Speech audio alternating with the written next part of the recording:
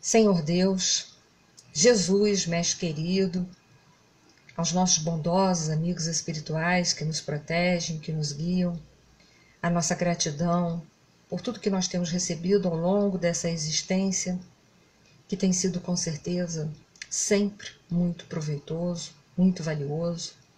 Nós agradecemos cada minuto da nossa existência, até mesmo as provas e expiações, nas quais hoje nós conseguimos ter uma compreensão e um sentimento maior em relação a isso, entendendo que elas estão na nossa vida inseridas para justamente nos promover a nossa evolução, nos ajudar, Senhor, a nos tornarmos espíritos melhores e alcançarmos um plano de evolução mais significativo.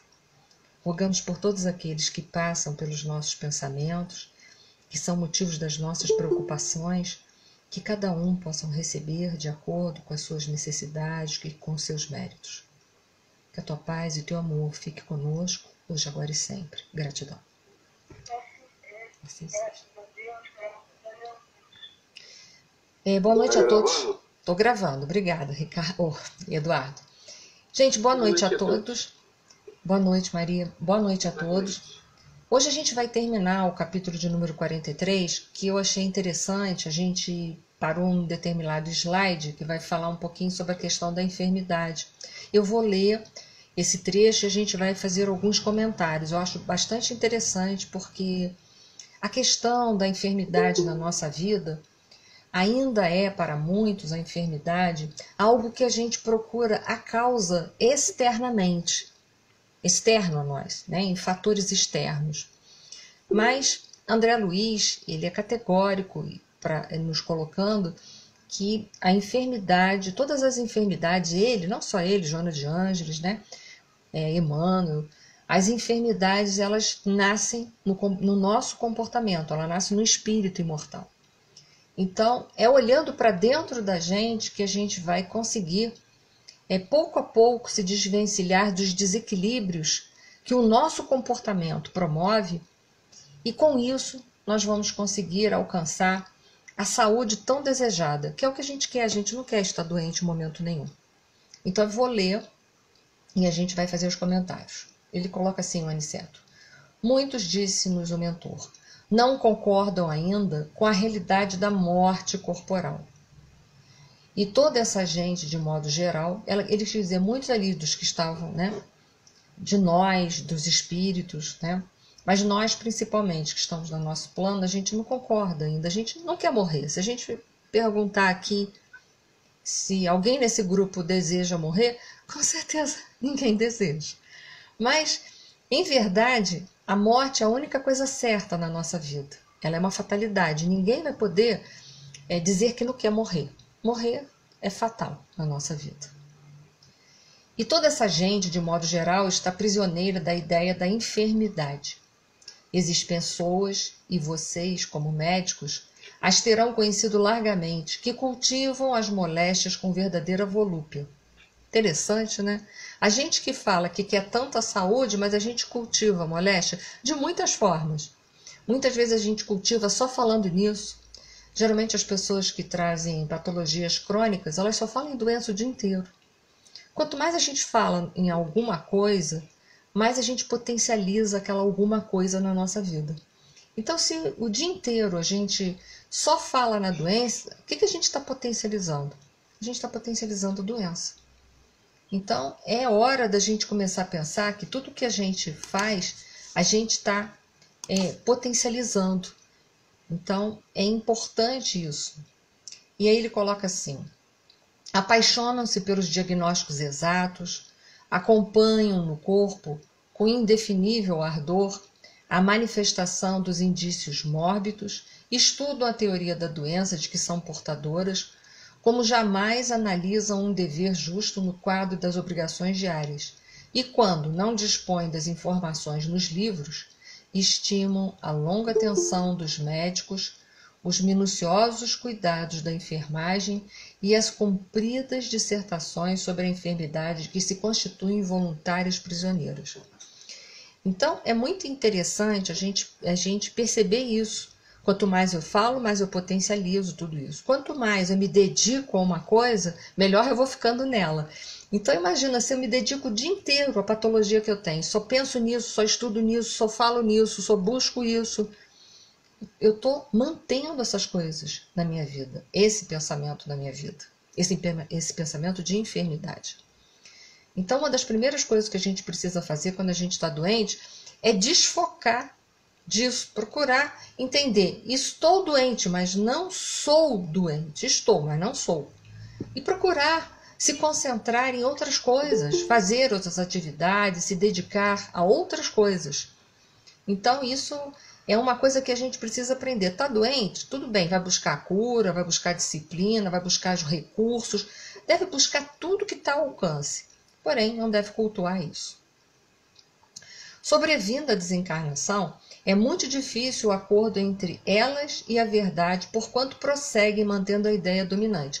Então é por isso que muita gente desencarna e a enfermidade que deveria ficar lá no corpo físico caminha com a pessoa para o mundo dos espíritos. Isso Allan Kardec falou no Livro dos Espíritos, em Sensações e Percepções dos Espíritos. Dê uma lida nesse capítulo, ele vai falar por que a gente vai para o mundo espiritual com determinadas sensações de doenças, de mutilações. Por quê? Porque a gente mantém isso no nosso campo mental. E, em verdade, mantendo isso no campo mental, o campo mental é o que plasma o perispírito. Então ele vai jogar isso para o perispírito. Então muita gente poderia se desvencilhar das doenças, mas continuam cultuando as doenças lá no pós-morte. Por isso que a gente vê que a doença está na alma. A doença não está no corpo físico. Isso aí é mais uma prova cabal.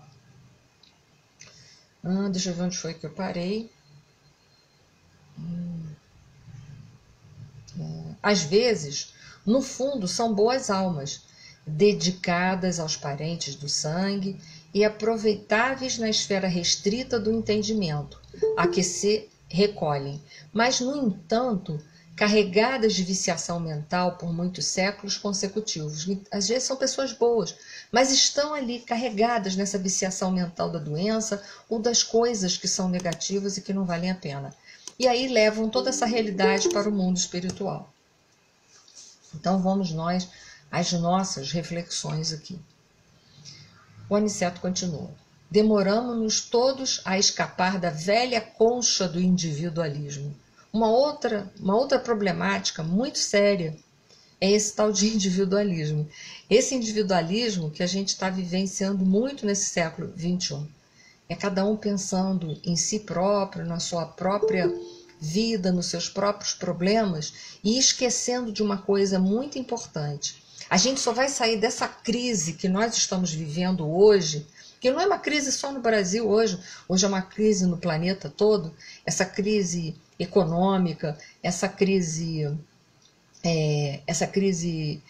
psicológica que a gente está vivendo, tudo isso que a gente está vivenciando hoje, esse momento crítico em todos os âmbitos da sociedade, em todos os âmbitos do ser, a gente só vai sair quando a gente sair desse individualismo e passar a viver em coletividade. Quando a gente passar a agir pensando não só no que eu preciso ou no que eu quero para mim, mas no que vai ser bom para todos nós. Quando a gente conseguir sair disso, as crises vão desaparecer, elas vão paulatinamente desaparecer, e a saúde que a gente tanto busca, a gente também vai conseguir, aos poucos, conquistá-la. E ele continua assim, a visão da universalidade custa preço alto e nem sempre estamos dispostos a pagá-lo, é verdade. A gente prefere lutar só pelo que a gente quer para a gente mesmo do que lutar por uma causa para todos. Só que isso ainda é muito infantil. Lutar só por si mesmo, pelos seus próprios problemas, é muito pouco. A Miriam está colocando assim, a heresia da separatividade. É verdade, a gente não está separado. O que eu faço aqui, muitas vezes vai ser sentido com bastante bem significativamente para aqueles que estão do meu lado, mas aquilo que eu faço aqui repercute no planeta. Por exemplo, se eu sou uma pessoa que estou sempre poluindo a água, os rios, jogando lixo em qualquer lugar, não se iluda, o lixo, essa minha indisciplina, ela se reflete tanto aqui como ela vai se refletir no planeta inteiro. O meu consumismo, o meu excesso de lixo que eu produzo em função do meu consumismo, ele não afeta só a cidade onde eu estou morando. Ele vai afetar também, com toda certeza, a cidade, o estado, o país e o mundo como um todo. Então, a gente acha que a gente está aqui, que a gente está resolvido, né? O que eu estou fazendo aqui é problema meu, só afeta a mim. Isso não é bem assim que funciona. Então, a gente precisa desenvolver esse pensamento mais holístico, esse pensamento mais universal. Não queremos renunciar ao gosto antigo. Aliás, a gente não quer renunciar a nenhum hábito antigo, como a gente gosta da mesmice, né? A gente diz que não gosta de rotina, que não gosta de mesmice, mas a gente muito raramente se propõe a sair dos nossos limites de segurança, né? Da nossa zona de conforto.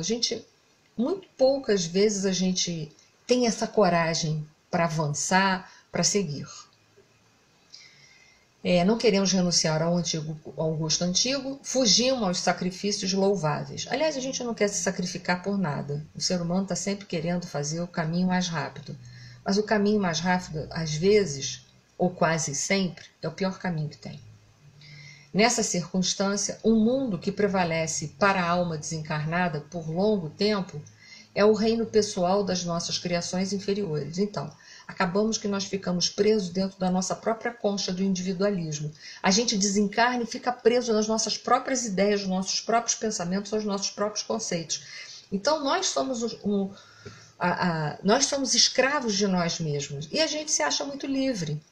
Mas toda pessoa que está amarrada, presa a um vício, a algo que ela não pode abandonar, ela está escrava àquilo ali. Ora, desse modo, quem cultivou a enfermidade com adoração submeteu-se-lhe ao império.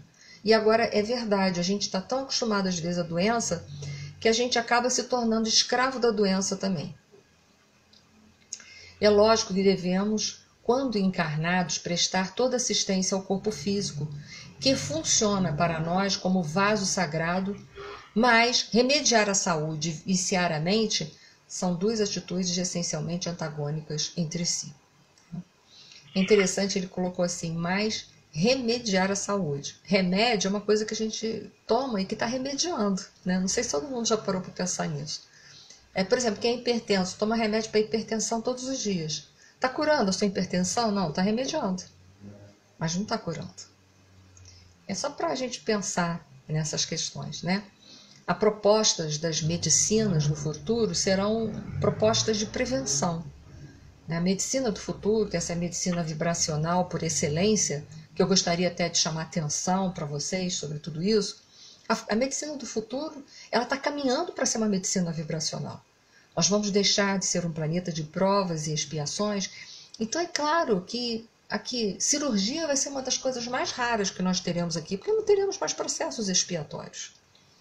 E aí a gente vai começar a buscar tratamentos naquelas medicinas que hoje a gente chama de alternativas ou de complementares, mas elas serão a nossa medicina, a nossa escolha por excelência, porque nós estaremos mais amadurecidos, estaremos mais preparados para entender que a saúde é uma busca, é uma conquista. Ela não pode pirlim-pim-pim, não é tomar um comprimido e achar que ficou bom. Pode falar, Ana Lúcia. Em relação a isso que você está falando, sim. Dessa medicina alternativa, ela já existe no nosso planeta, né? Do jeito que está hoje, provas e expiações. Ela funciona do mesmo jeito que funcionaria num outro planeta mais evoluído? Isso eu não sei, eu não poderia responder isso porque seria um salto, eu teria que dar um salto na minha evolução para responder. Eu não faço ideia de como é a medicina exata em outro planeta. O que eu posso te responder é que essa medicina alternativa que existe aqui entre nós, homeopatia, acupuntura, florais e tantas outras técnicas, né? Ela funciona para a gente, só que não é uma medicina imediatista, porque o que a gente quer é tomar um remédio e se libertar da doença. As medicinas alternativas elas vão trabalhando paulatinamente no nosso corpo e à medida que a gente vai mostrando predisposição a mudar energeticamente do nosso comportamento, das nossas vibrações, dos nossos pensamentos, elas vão ganhando cada vez mais campo e melhorando as condições do nosso corpo físico. Mas não é essa medicina que a gente quer. Se a gente está com uma dor de cabeça, a gente quer tomar uma cápsula que nos liberte da dor imediatamente. A gente não quer tomar uma medicação ou fazer um tratamento para o longo da vida não ter mais dor de cabeça. Então, essa pergunta, sua resposta propriamente dita, como é a medicina em outro planeta, eu não tenho resposta para te dar, infelizmente.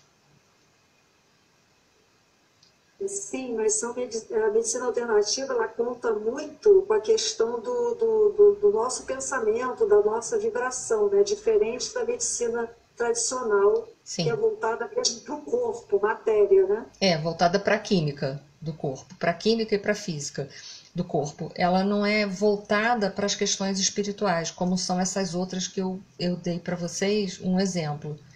São diferentes, atuam em campos energéticos diferentes.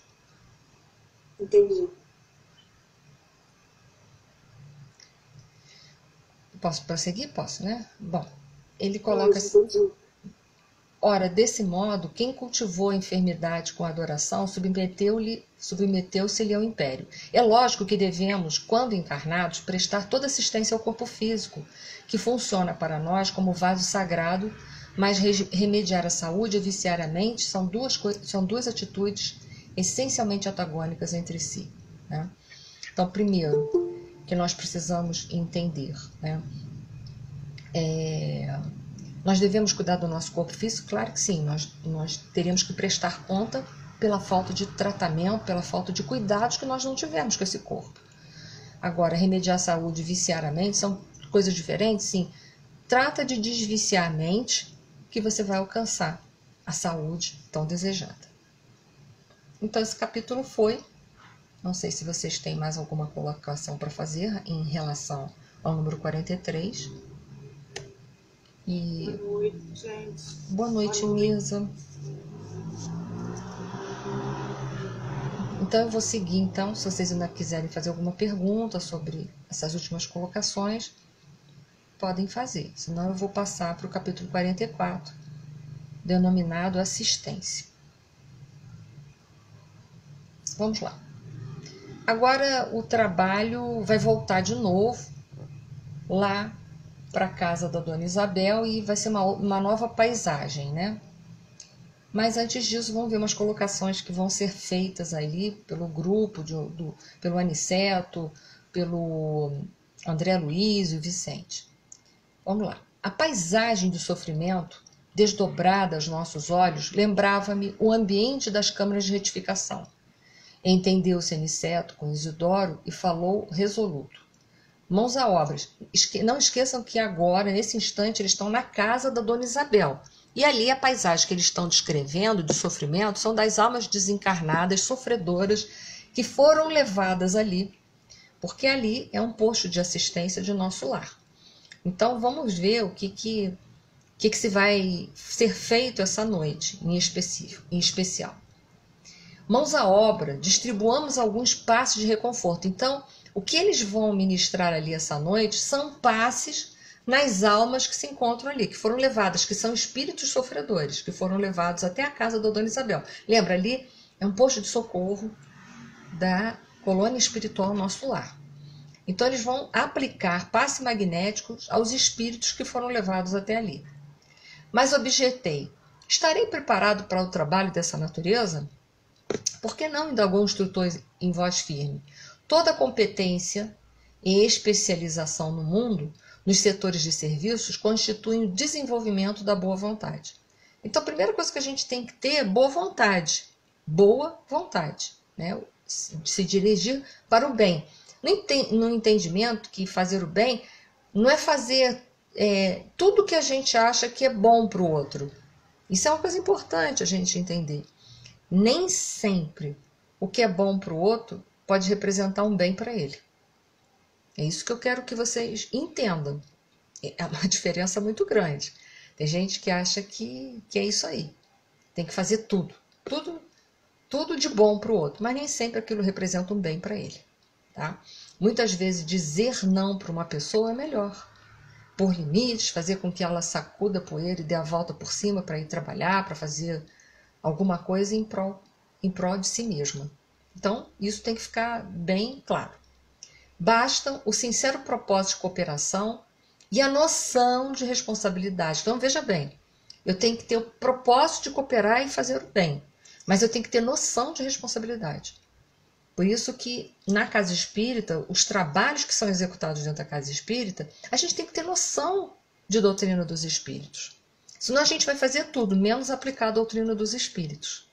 E eu quero chamar a atenção disso aqui, porque hoje nós temos uma gama muito grande de literatura hoje jogada dentro do movimento espírita, que, volto a dizer, que é colocado como obras espíritas e que não são. Só quero dizer isso para vocês. Tá? Então, por isso que a gente sempre bate na mesma tecla a importância de estudar as obras básicas, porque quem conhece as bases, ao ler qualquer coisa, que mesmo estando intitulado de doutrina espírita, mas caso não seja, a pessoa separa o joio do trigo. Caso contrário, ela colhe como sendo. Então, se eu estou chamando a atenção, se a gente está dentro da casa espírita e a gente vai executar um trabalho em nome da doutrina dos espíritos, é importante que a gente tenha noção da doutrina dos espíritos. Isso é muito importante.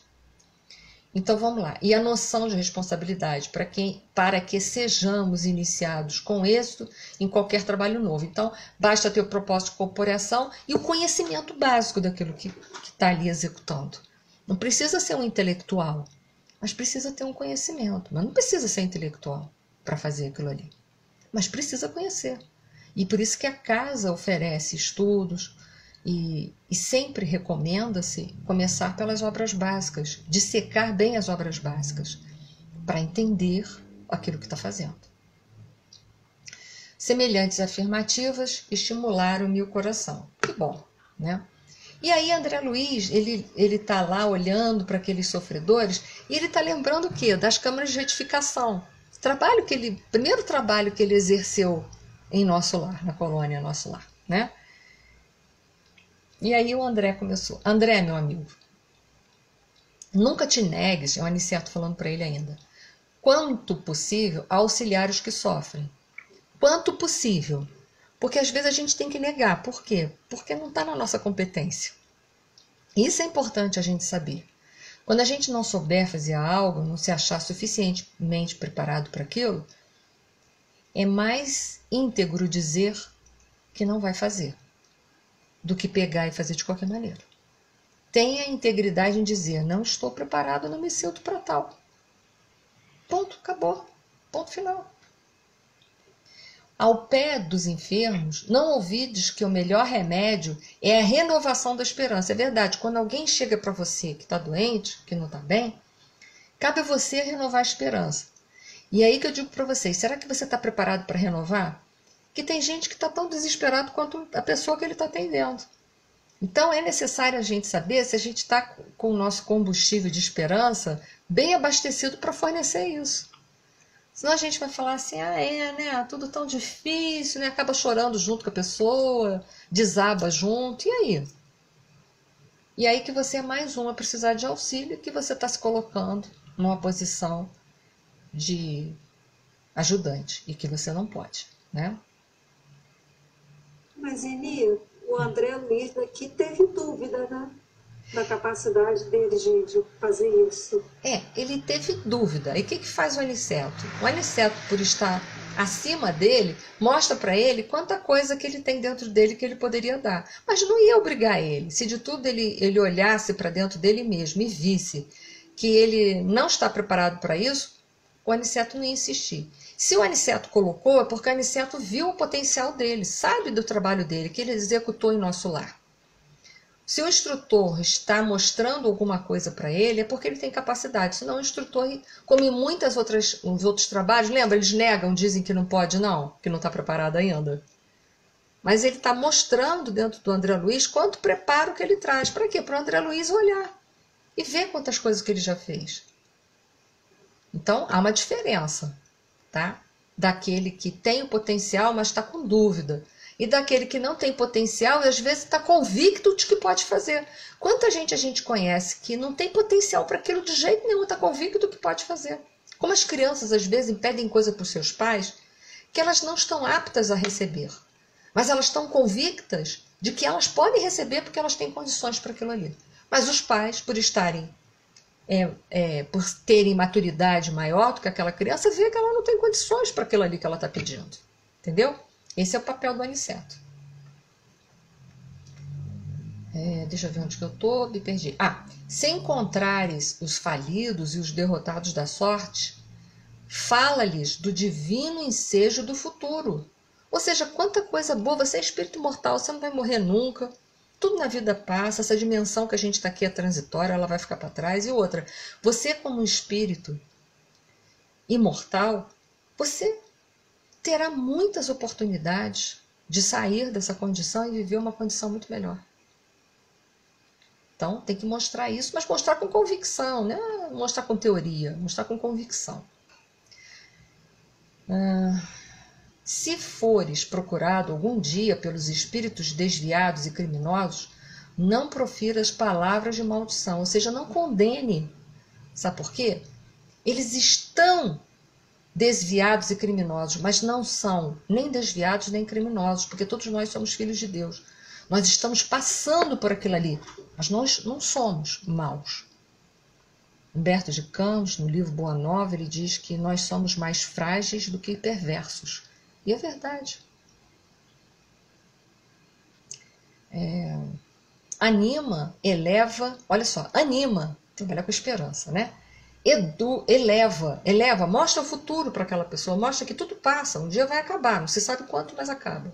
Então, anima, eleva, educa. O que é educar? Mostrar que existem coisas dentro da gente que nós precisamos mudar se nós quisermos coisas novas.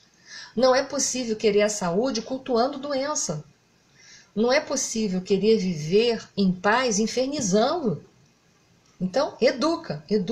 Desperta os valores que ele traz dentro da alma e que vão servir de bases para ele poder desenvolver aquilo que ele não tem. Ou seja, em resumo, são as nossas virtudes que vão poder trabalhar os nossos vícios. E nós temos coisas dentro de nós virtuosas.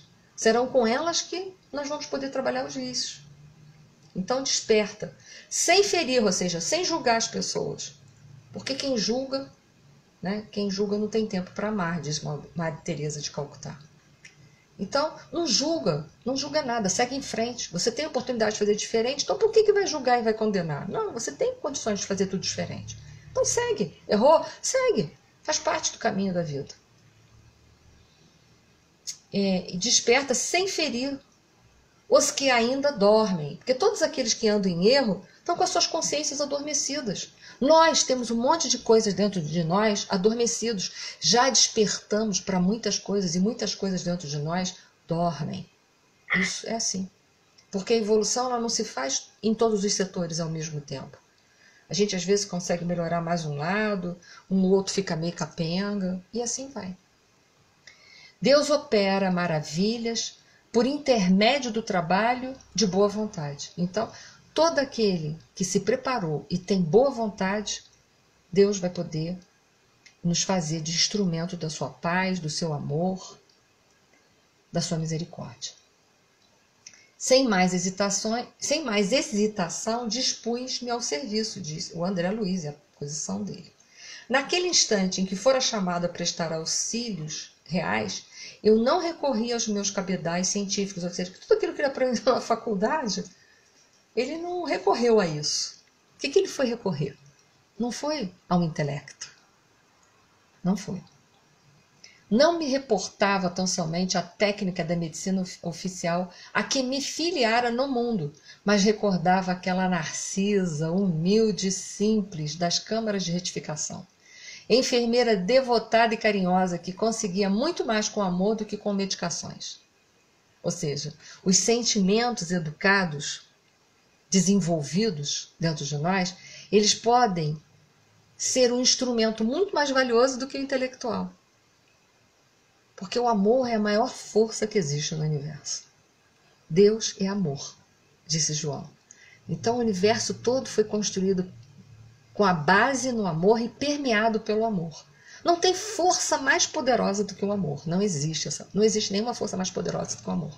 Essa força criou o universo, essa força mantém o universo, essa força permeia todas as coisas. Olha só, tem força maior do que essa? Não existe. É com essa que nós vamos poder ajudar os que estão enfermos verdadeiramente, porque a gente entende que a enfermidade, propriamente dita, ela não está enraizada no corpo, ela está lá no espírito imortal. A causa dela está em nós, nos nossos pensamentos desequilibrados, nas nossas emoções deseducadas. Então é lá que a gente tem que ir, e a gente só pode ir adentrar este mundo da pessoa com a força, com a licença do amor. Não há outra forma de entrar. A única forma que nós podemos e que devemos e que nos permite, que nos confere entrar no mundo das outras pessoas é com a força do amor. Todas as outras são violentas. E aí eles vão para o passe, né? Então lá a gente vai ver que tem 5 entidades para tomar passe, sendo que a primeira tem um problema ocular. Vamos ver. É o tracoma que essa mulher reclama. Ela está desencarnada, mas ela ainda reclama dessa conjuntivite que deixou ela com a visão muito ofuscada. E aí ela grita, né? Ela reclama na hora do passe, né? Olha como é que ela se comporta. Ela fala assim: ai, ai, respondeu a interpelada, nada vejo, nada vejo. Ai, o tracoma, eu botei ali o que é tracoma, tá? Infeliz que sou, e me falam em morte em vida diferente. Como recuperar a vista? Quero ver, quer dizer, continua, né, com as mesmas problemáticas de quando estava desencarnada. E aí, André Luiz, calma. Não confia no poder de Jesus. Quando ele diz isso para ela, ele não diz só por uma questão racional, intelectual. Ele fala daquilo que ele sente, a força de Jesus dentro do coração dele. Porque senão isso não tem poder nenhum. Falar em nome de Jesus, isso não tem poder nenhum. Eu não posso falar tão somente em nome de Jesus, eu tenho que sentir Jesus para poder falar dele. É o caso de André Luiz ali.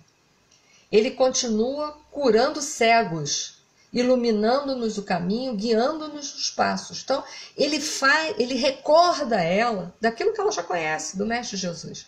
Mas ele fala com autoridade, ele não fala como alguém que conjectura que Jesus pode curar. Ele fala como aquele que acredita fielmente que Jesus pode curar.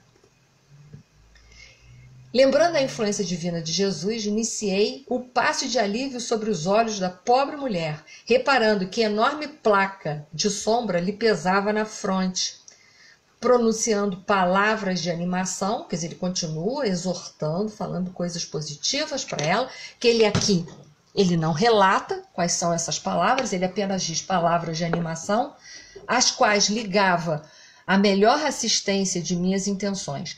Concentrei minhas possibilidades magnéticas de auxílio nessa zona perturbada. Dentro de alguns instantes, a desencarnada deferiu um grito de espanto. Vejo, vejo! Exclamou ela. Grande Deus, grande Deus! Então, veja bem. E ele está ensinando para a gente como a gente deve aplicar o passe na casa espírita. Devia ser assim. Pode falar, Márcia. Eni, no parágrafo anterior, quando ele fala que uma claridade diferente começou a iluminar e a aquecer minha fronte. Seria a luminosidade do próprio perispírito dele? Do André Luiz? Uhum. Provavelmente, porque ele estava ali misturando as energias do ambiente e aquela claridade estava sendo produzida pela energia do passe.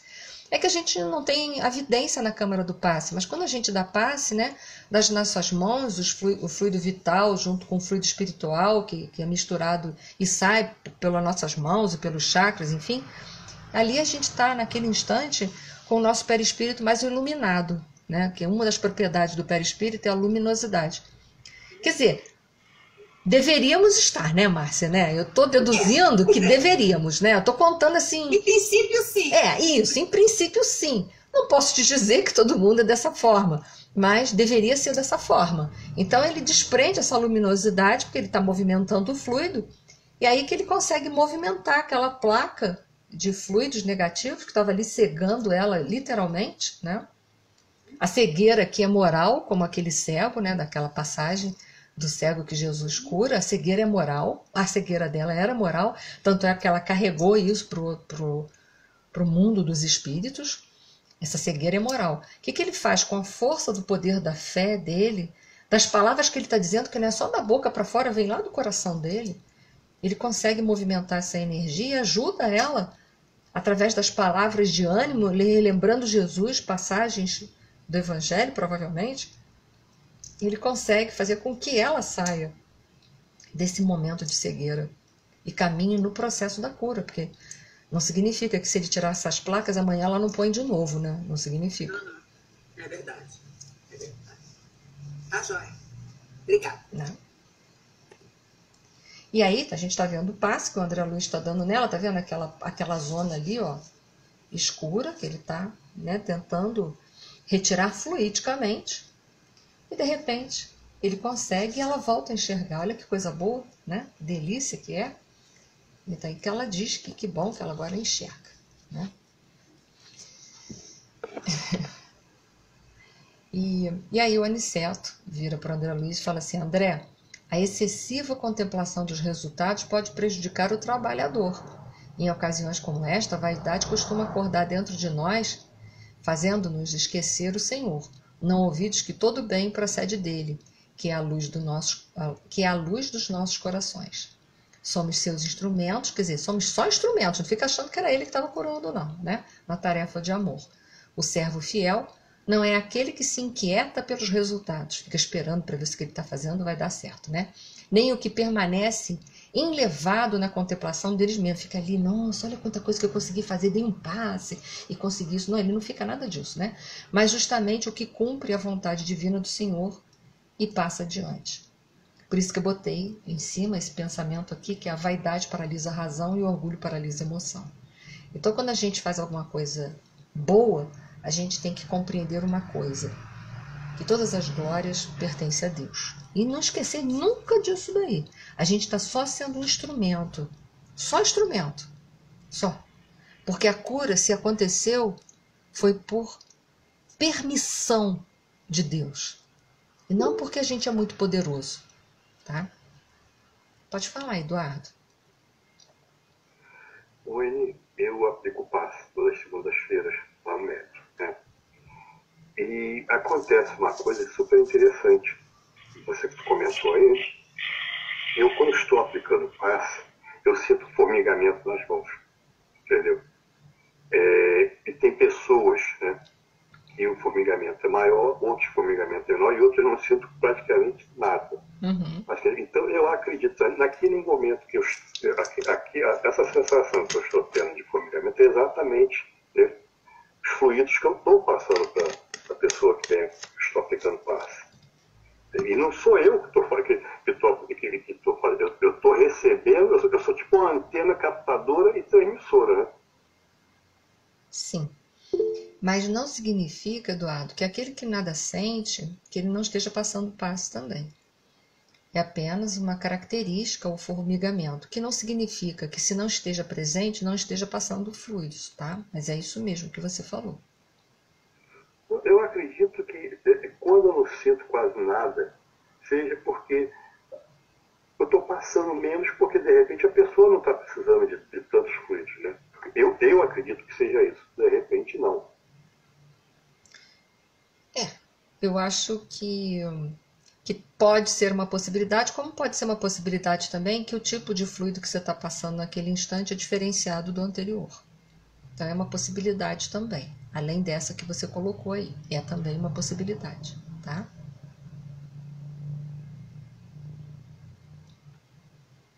E aí ele prossegue-se. Tratava-se de um infeliz irmão que falecera na Gamboa, vitimado pelo câncer, quer dizer, faleceu abandonado, né? Vitimado pelo câncer. Toda a região facial apresentava-se com horrífico aspecto. Apliquei os passes de reconforto, ministrando pensamentos e palavras de bom ânimo e reparei que o pobrezinho se sentia tomado de considerável melhora.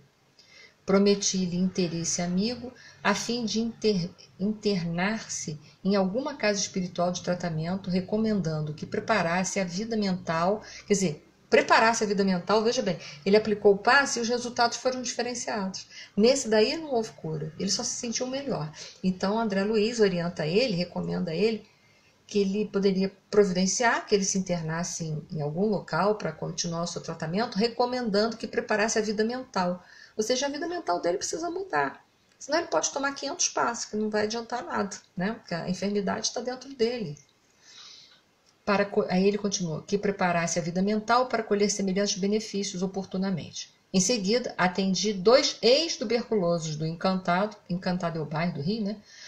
E uma senhora que desencarnara em Piedade, que também é a mesma coisa, um bairro do Rio, em consequência de um tumor maligno. E um rapaz de Olaria que se desprendera num choque operatório.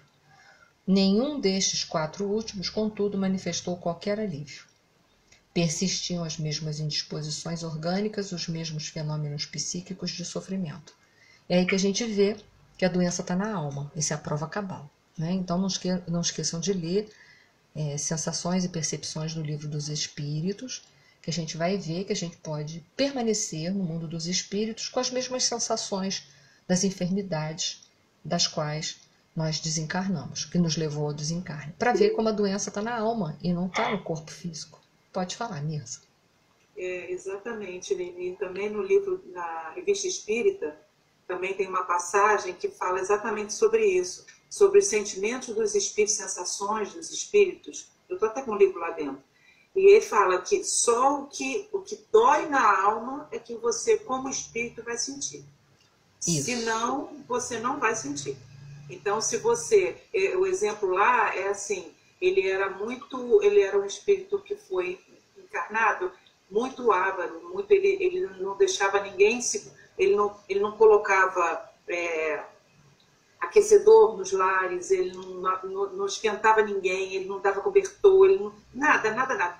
Lá no plano espiritual, ele morria de frio, muito frio. Isso era a moral dele, né? Por isso que ele sentia frio. Ele não sentia frio porque ele estava num ambiente frio, ele sentia frio porque era uma dor moral. Era uma dor moral. A doença dele era moral, não era física.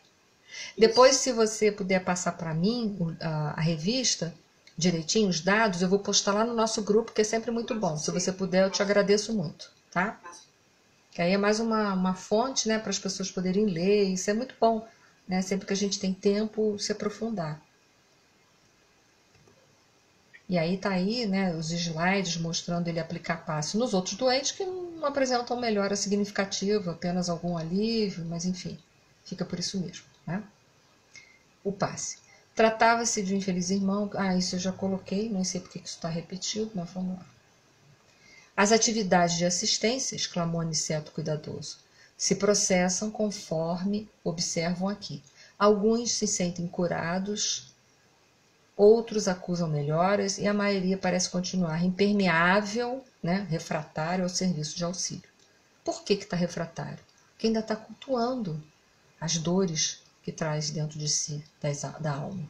Então é hora da gente ver o que está nos tornando impermeável ao bem. Porque Deus é amor. Está sempre nos ajudando em todos os sentidos. O que está dentro de mim que está significando, melhor dizendo, o que está dentro de mim que está produzindo essa impermeabilidade ao bem? O que tem em mim que está sendo refratário ao amor, ao bem, à ajuda do plano espiritual? E ele continua. O que nos deve interessar, todavia, é a semeadura do bem. Ou seja, nós que trabalhamos, o que deve nos interessar? Que o bem faz bem. Que bom, né? Então eu faço bem para as pessoas não para ver resultados, mas porque me faz bem ser uma pessoa boa. E pronto, final. A germinação, o desenvolvimento, a flor e o fruto pertencem a Deus, porque todas as glórias pertencem a Ele. Então a gente deve fazer a nossa parte, semear o que a gente puder e ponto final. Depois então, Mirza, eu vou copiar aqui no chat, tá? Depois eu boto lá para todo mundo, quem quiser já olha ali, mas depois eu vou jogar para o nosso grupo do WhatsApp. Considerações do Aniceto. Devemos esmagadora percentagem desses padecimentos à falta de educação religiosa. Sim, porque é a educação que vai mudar os nossos sentimentos. A religião está ali para mudar os nossos sentimentos, para nos moralizar. Só é possível nos moralizar o dia que a gente educar os nossos sentimentos. Então, a maioria desses sofrimentos ocorrem em função da gente estar distante da religião. E falo, muita gente às vezes está enfiada dentro de um templo religioso e está lá só de corpo, porque a alma está muito longe de tudo aquilo ali. Então, é isso também que a gente precisa pensar. Né? Eu estou na doutrina espírita, mesmo de corpo e alma, eu estou ali só de corpo, para cumprir uma formalidade, para quando eu morrer não ir para o umbral. Né? Eu vivo a doutrina dos espíritos, tento viver. É isso que precisa, porque só vai ter sentido uma religião se ela me tornar uma pessoa melhor, senão ela não tem sentido nenhum na minha vida. É só uma questão social, é mais uma questão de socialização. Né? Refiro-me, ele coloca assim, falta de educação religiosa. Não me refiro, ele coloca assim, não me refiro, porém, àquela que vem do sacerdócio ou que parte da boca de uma criatura para os ouvidos de outra. Refiro-me, né, à educação religiosa íntima e profunda que o homem nega sistematicamente a si mesmo. É trazer a religião para dentro de si e fazer uma mudança muito grande dentro de si. Isso é o que faz a diferença. Pode falar, Márcia. Pode falar, Márcia. Desculpe. Eu tenho um livrinho aqui que chama Retalhos, e eu até fiz um post de um trechinho dele que faz assim: faz muita falta à família uma religião seguida de forma sincera e com fé. De forma sincera e com fé. E com fé, isso aí. É viver mesmo, né? Viver mesmo. Não é formalidade, eu vou lá, cumpro um ritual, eu vou para casa, como um ritual. Mas é viver como você colocou aí nesse recorte que você fez. É viver mesmo, de verdade, sem entrelinhas. Isso é difícil, claro que é. Né? A gente encontra dificuldade para viver a doutrina dos espíritos. Vez por outra, o homem velho ele se faz presente na nossa vida e aí predomina e a gente não consegue viver a doutrina. Mas a gente tem que se esforçar para melhorar. E aí acabou, tá? Se vocês tiverem alguma pergunta ainda, por favor, podem fazer à vontade.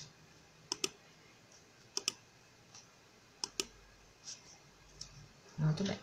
Alguém tem alguma pergunta, alguma coisa que gostaria ainda de fazer? Nada, nada? Terminamos. Então, se vocês não têm nenhuma colocação, mais nada mesmo, a gente vai terminar, tá bom?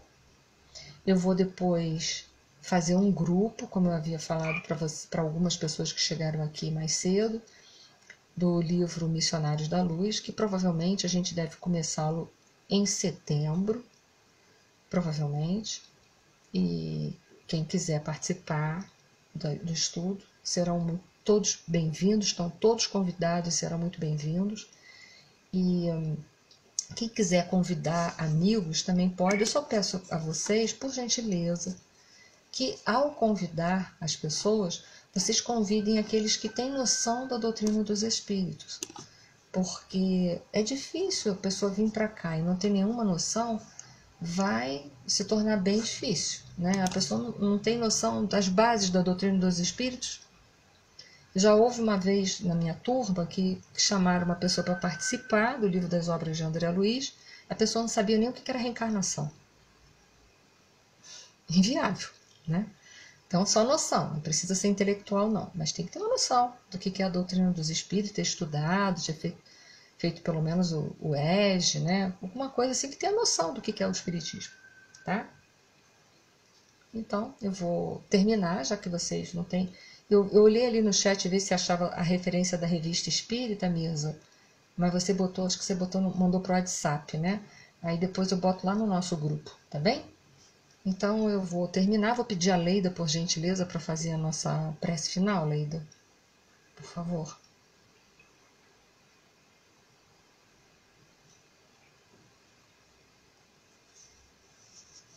Deus nosso Pai, Jesus, nosso querido mestre, nosso irmão maior, aos nossos amigos da espiritualidade, aos nossos mentores, agradecemos imensamente por esse momento, pela oportunidade da vida, por esse encontro que tanto nos auxilia no nosso despertar da consciência para o bem, para o belo, para o justo, para o moral, que tanto almejamos para adquirir nosso processo evolutivo de forma salutar, consciente e de acordo com os ensinamentos do nosso querido Mestre Jesus, vinculados também ao nosso querido Allan Kardec.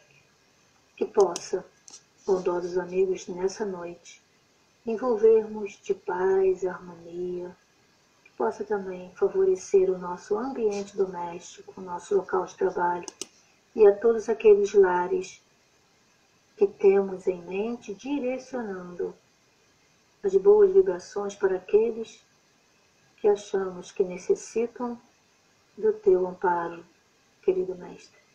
Obrigada imensamente pelo dia de hoje, pela nossa lucidez e pela oportunidade do aprimoramento e do aprendizado que obtivemos nessa noite. Envolva carinhosamente cada um e que possamos ter uma noite agradável de refazimento para ao despertar amanhã, na certeza de que dias melhores virão e com a proteção constante da espiritualidade amiga. Imensamente te agradeço, que seu amor se faça presente em cada coração e em cada lar, que assim seja.